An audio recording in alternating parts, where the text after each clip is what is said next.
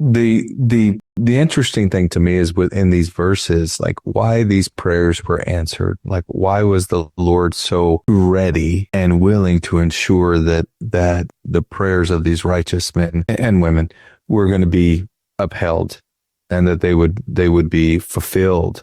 That's, the easy answer is that without thinking is like, oh, well, because it helps fulfill the Lord's purposes. Like, of course, he's going to make sure that these prayers are responded to and fulfilled. But actually, if you look at those verses, you actually, there's a deeper understanding here. Like, who were these righteous prophets praying for?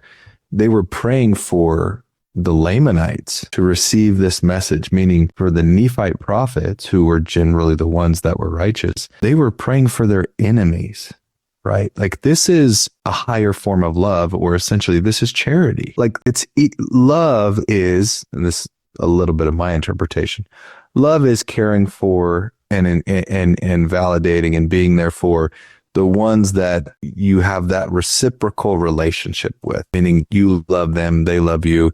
It's very symbiotic. Like that's love, and that's beautiful. Like that's a great thing. But charity is that pure love of Christ that extends beyond those who you simply have a cohesive symbiotic relationship with.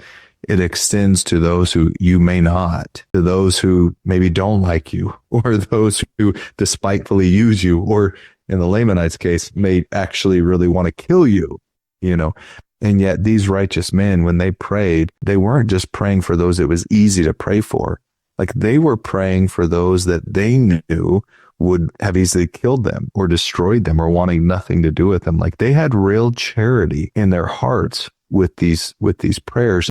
That's really a testimony and a witness to us. Like so often, our prayers can focus on what we need and what we want, and the Lord will answer those prayers. But the most powerful prayers, the prayers ultimately that are going to, receive the greatest response, I guess, so to speak, is when we truly pray for and seek the Spirit on behalf of those who don't love us very much, or maybe we have a hard time loving them, but yet we want that pure love of Christ in our hearts.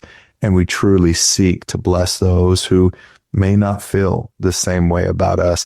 And that's really insightful, I think, from these verses, that the Lord ensured that these prayers were answered, because this was an example of consecration, of charity, of really loving and caring for those who would not have given that same love in return to these righteous individuals. And I think this ties into our earlier conversation where prayer is an ordinance. Well, ordinances are associated with covenants. Yeah. So part of that prayer process is the covenant relationship with God.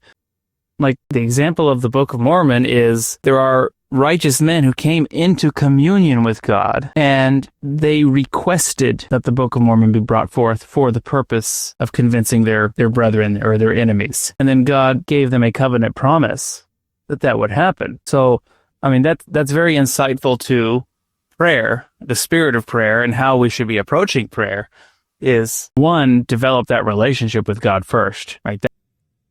Hit that like button, leave us a comment, subscribe to the channel. We really appreciate it.